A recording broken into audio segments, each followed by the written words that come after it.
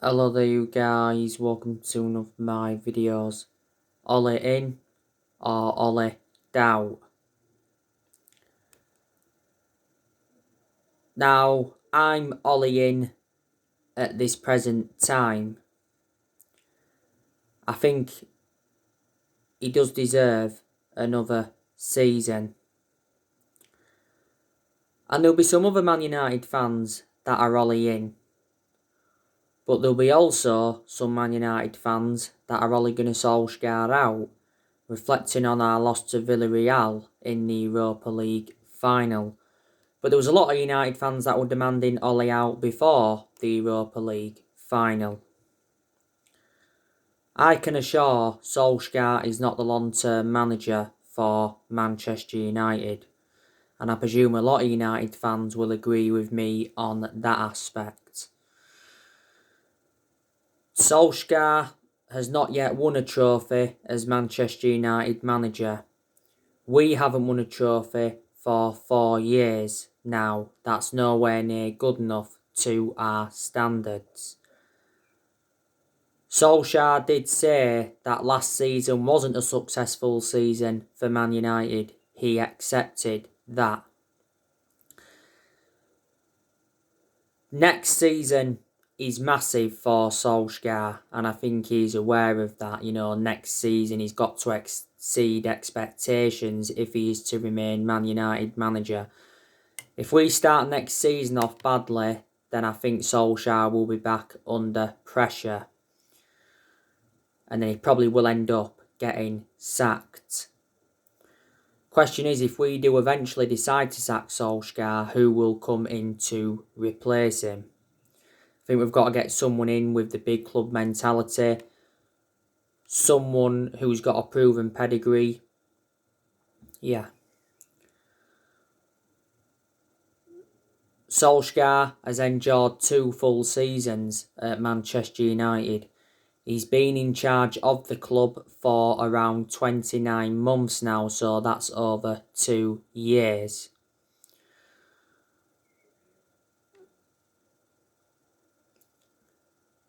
The summer transfer window is massive for Ole Gunnar Solskjaer. I think he is aware of that. It's very imperative that Solskjaer gets the players he wants to recommend in the summer transfer window. Man United will back Ole Gunnar Solskjaer with a new 3-year contract and summer signings despite our Europa League final loss. The board have promised Ole around 4 new signings. Solskjaer has been given a 150 million transfer budget to buy around 4 or 5 new players. The summer transfer window will be Solskjaer's 5th transfer window as permanent Man United manager. But he should get the backing he deserves, reflecting on what the board recently said. And plus we've got John Murtough, he's our director of football. We've got Darren Fletcher, he's our technical director. And we've also got Matt Judge. And Matt Judge has been part of the club for a long time. Now Ole has just under a year left on his current 3-year contract. What we should have done is really waited until his current contract expired and then decide or not whether to give him that new 3-year deal. Because I can assure Solskjaer will not see out this new 3-year deal. But he is still lucky to be Manchester United manager, like I said the other day. The reason he's still Manchester United manager is because he's a club legend. So basically that's what saved him. Disregarding being a club legend, I can almost assure he wouldn't have been Manchester United manager now. But reflecting now on Solskjaer's been at the club, he has gained some managerial experience and he's learnt quite a bit on the job. Tried a few different elements such as he's rotated the squad a lot and he's tried different formations. Before us, Solskjaer was with Molde. He won a few Norwegian titles at Molde. He endured 2 spells at Molde, and before he was at Molde, he was at Cardiff, and his record at Cardiff was absolutely disastrous. The reason Solskjaer got sacked from Cardiff is because he ended up getting them relegated. But whatever happens regarding Solskjaer, we'll always adore him because he's a club legend. He enjoyed 11 years as a player for Man United. He flourished under Sir Alex Ferguson's guidance. I've got to credit Solskjaer though. I didn't expect him to do as well as he has done. You've got to say he's done a good job. You know, the squad he was inheriting, you know, when he got appointed in as Man United manager.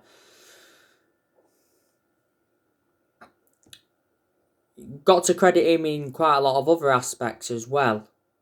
Solskjaer has made good signings as Manchester United manager so far. He's spent almost £300 million. You know, he's got rid of a lot of players since he's come in.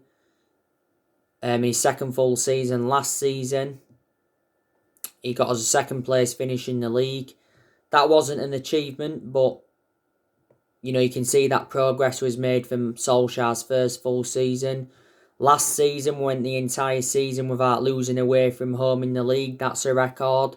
Solskjaer did get us to the Europa League final. I know we didn't win it, but he still got us to the final, and that was his first major final as Man United manager.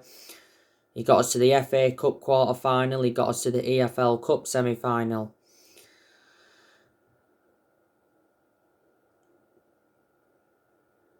And in his first full season, got us a third place finish and guided us to 3 semi-finals. And I also like the way he has promoted the youth.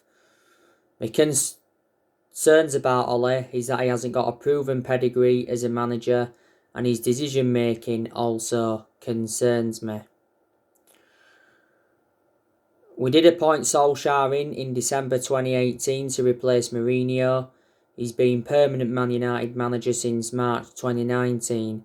We're given the job permanently in March 2019, reflecting how well he did as the interim manager. But I have got to say Solskjaer is our best manager since Ferguson.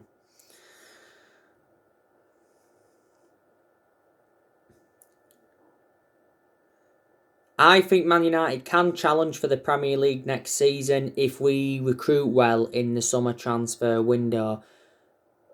We've got a good chance of attracting players to the elite level because we are in the Champions League for next season. That's good from a Man United perspective. I don't see us winning the title under Ole though. We haven't won the Premier League since 2013. That's 8 years ago now.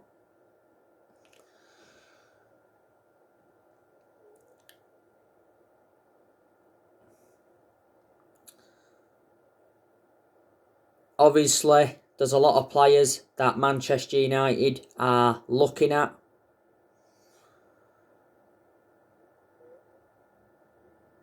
Now, I recently gave you the news on Jules Koundé from Sevilla. Sevilla have set their asking price for Jules Koundé. They will ask between 56 million and 60 million pounds for Koundé. Now, Jules Koundé recently spoke out on his future. He said it's certain he will change clubs this summer, but nothing's been done yet.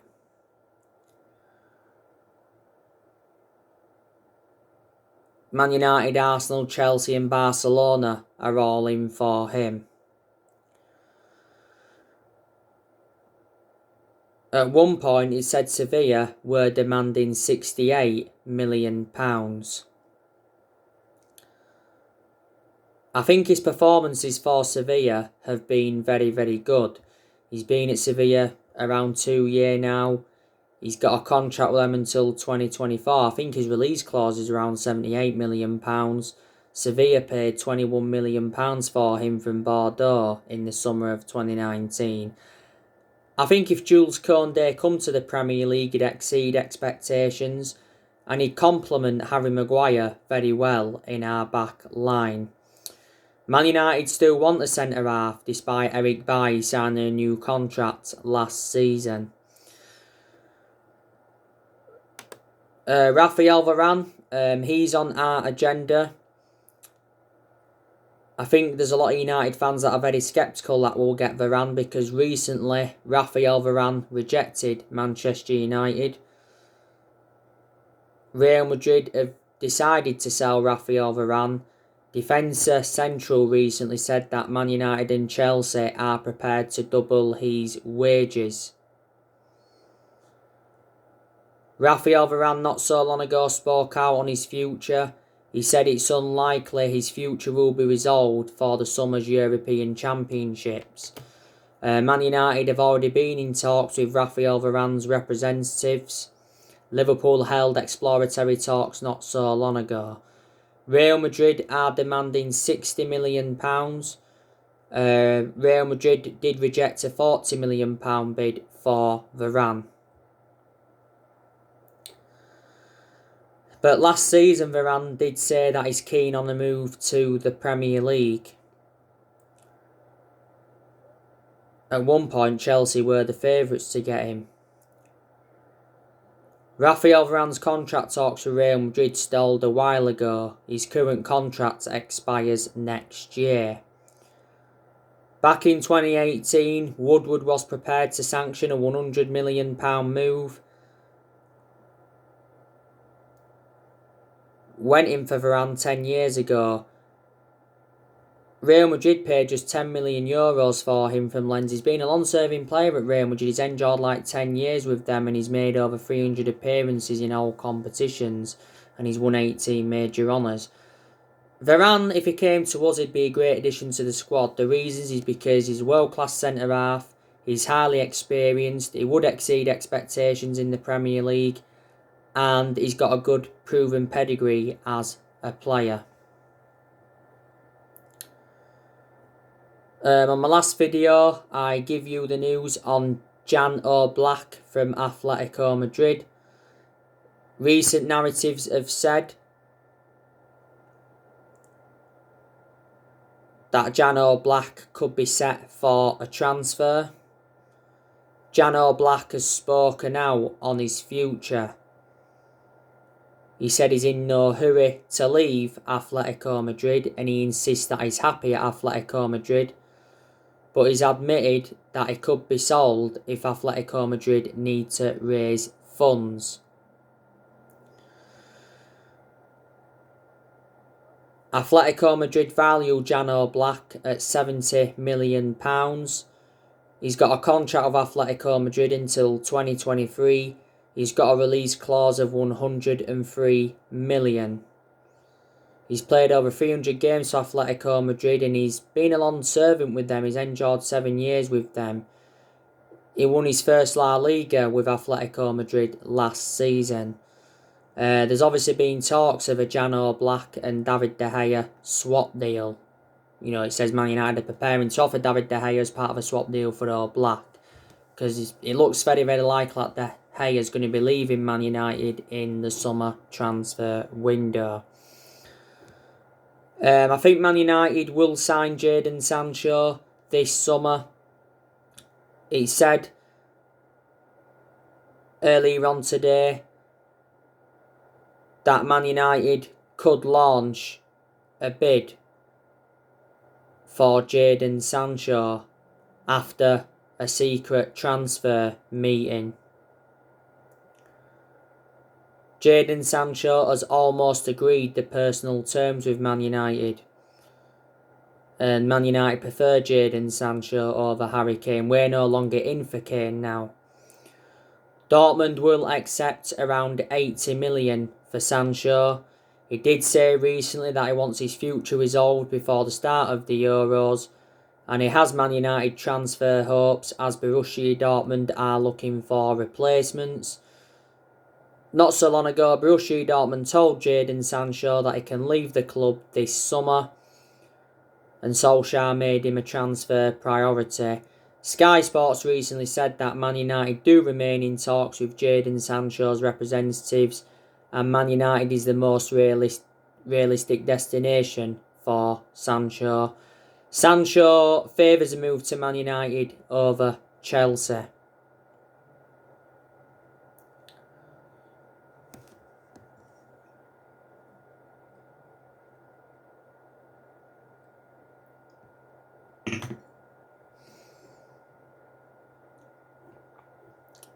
But Sancho expects to complete a move to Man United this summer.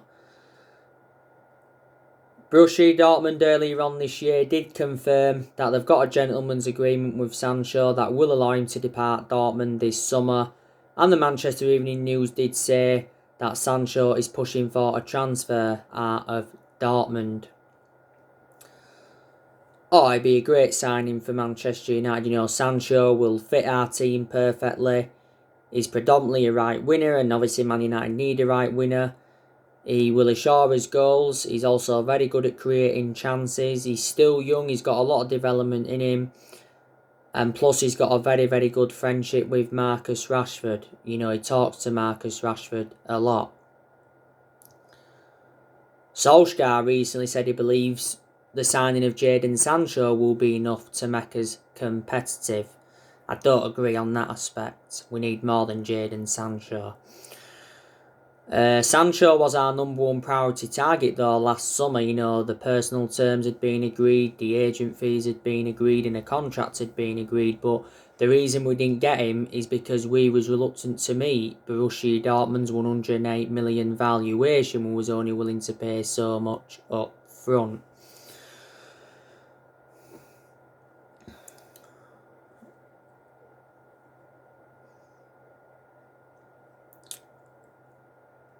Ole Gunnar Solskjaer also wants Declan Rice from West Ham.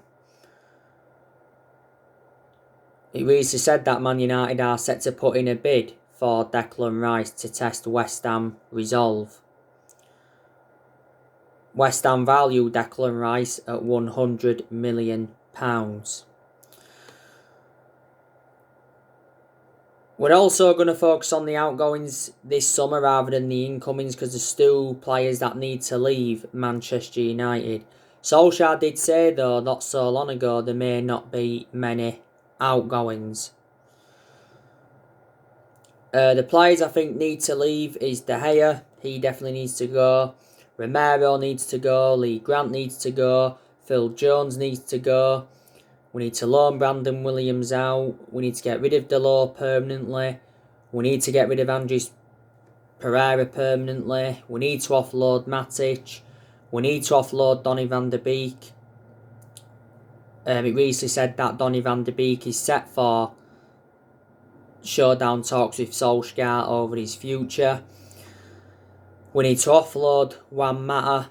And we also need to offload Anthony Martial.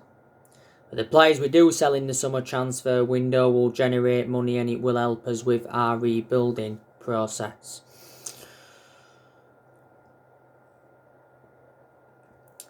There is good players at Manchester United, and these players that have really improved. Dean Henderson, you know, he's a very good goalkeeper. Dean Henderson did well in a lot of the games he was in goal for last season. You know, his distribution was good. He made some good aerial claims. He made good saves as well. And he kept a lot of clean sheets.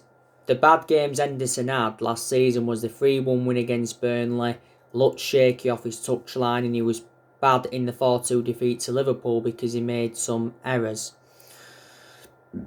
I think Dean Henderson's got a long-term future at the club. He's now our number one goalkeeper. We made the right decision putting him as number one. Don't forget Dean Henderson has got that experience behind him because he endured 2 successful loans at Sheffield and he's had other loan spells before. And before the start of last season, Henderson signed a 6-year contract with the club.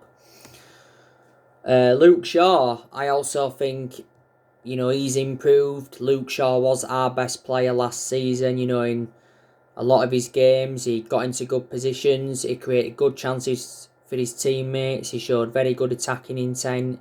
His crossing was good. He provided width and defensively he was superb. But towards the end of last season, Luke Shaw looked off the pace. Shaw's had a good career at Man United despite his injuries. He's been at the club for 7 years now. He's been a long servant. And he still remains our first choice left back despite the arrival of Telles last summer. I think all United fans expected Telles to be our first choice left back when we got him last year. Harry Maguire, I think he's improved. Certain aspects of his game have improved, should I say. I thought Harry Maguire did well in the Derby defeat last season, and he also scored in the 2-1 defeat to Sheffield United. I think he scored like 3 or 4 goals for Man United. He once did score when we beat Chelsea away 2-0. Harry Maguire obviously missed the final part of last season because obviously he's got ligament damage in his ankle. He sustained an ankle injury in our 3-1 win against Aston Villa. Did Harry Maguire.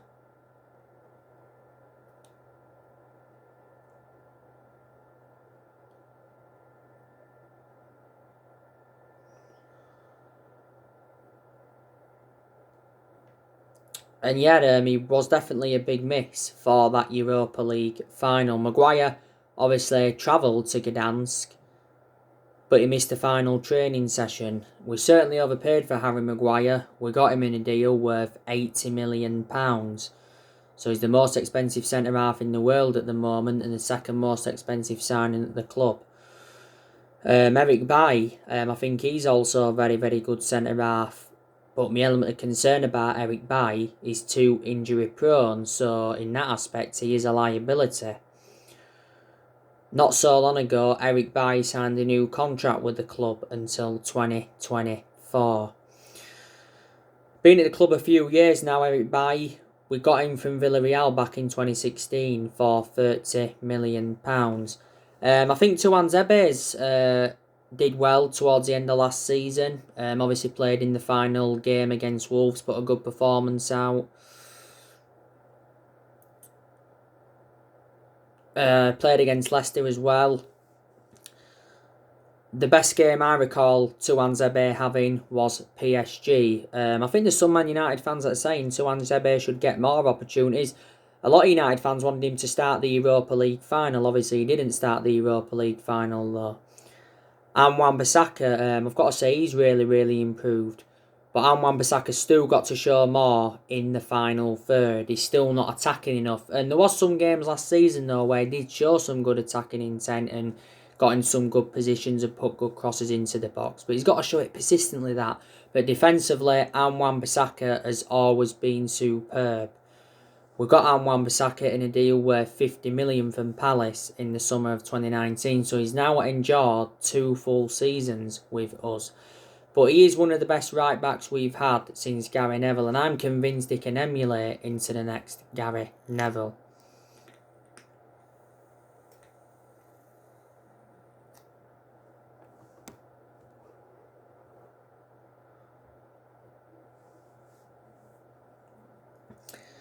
I think McTominay, he's a decent player. He's not on that level, though, where we want him to be at as yet. The question is, can he emulate to that level? He needs more time at McTominay. You know, he's still young. He's got a lot of development in him. Just after the first lockdown last year, McTominay signed a new 5-year deal with the club. McTominay's best game last season was the 6-2 win against Leeds by far. He made a difference in that game. He scored twice in the space of the first 3 or 4 minutes.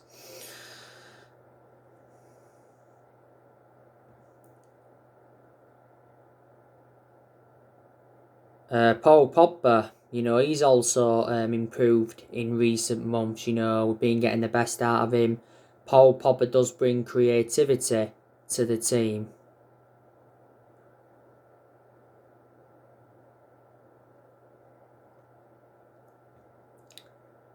He really, really does. And he looks very, very effective in more of an advanced role. He's much better in an advanced role than he is in a deeper role. I actually hope Paul Pogba stays potentially past the summer, but Paul Pogba could be leaving Man United in the summer transfer window. Reports from Italy said that Juventus could offer Manchester United Cristiano Ronaldo plus cash as part of a swap deal for Paul Pogba. And I said, you know, if Paul Pogba leaves Man United this summer, he'll go back to Juventus because he did enjoy 4 good years with them before he rejoined us. But he's had a long-running transfer saga and only been linked with a return to Juventus. He's been relentlessly linked with a move to Real Madrid. PSG have been in for him and Barcelona have been in for him. Not so long ago, he said that Paul Pogba intends to stay at Man United beyond this season, and then before that he said Paul Pogba could leave for just 55 million this summer. Matthias Pogba, who's Paul Pogba's brother, he wants Paul Pogba to join Barcelona. Pogba's current contract expires next year because don't forget we triggered that 1 year extension on his contract. He said last season that Man United will offer Paul Pogba a new £400,000 a week contract, but he said that Paul Pogba was demanding £500,000 a week. He said we will sell Pogba if he doesn't sign a new contract. Solskjaer said last season he wants Paul Pogba to stay and he hopes he signs a new contract. Last season, Paul Pogba scored key winners against AC Milan and Fulham in the Premier League. As it stands at the moment, he is our most expensive signing. We paid £89 million for him, and this has been his 5th season. Well, was his 5th season last season at the football club since he rejoined from Juventus.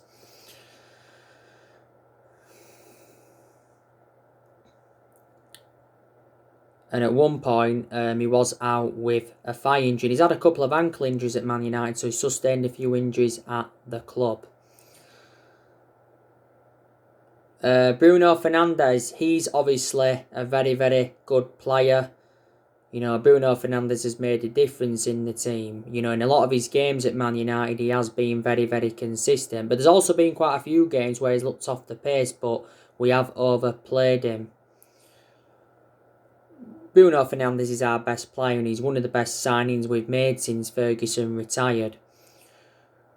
Bruno Fernandez not so long ago won Player of the Year and he's won Player of the Month quite a few times, reflecting on his good performances.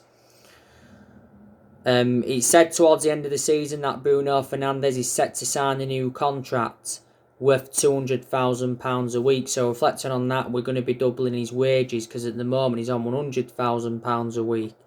Bruno Fernandez did admit he's been happy with the progress of Solskjaer's team. Fernandez's current contract expires in 2025. There's an option of a further year. We initially paid £47 million for him, but the overall cost with add-ons is just over £67 million.